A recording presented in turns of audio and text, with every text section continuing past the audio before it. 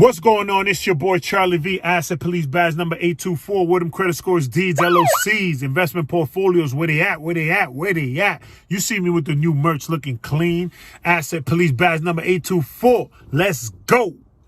Here are the 5 types of assets. Number 1, stocks.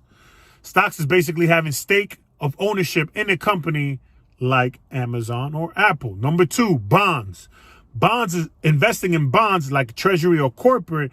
For those that don't know what bonds are, bonds is debt that a company or entity enters to, and they pay their investors interest on the funds that they use. Number 3, my favorite, real estate. Investing in new construction, flipping, rentals, land. It's a must. You can't go wrong. Actually, you could go wrong if you don't know what you're doing. So make sure you do your due diligence. Number 4, commodities. Investing in commodities like gold and silver. For those that don't know what commodities are things that we wear, eat, or drink.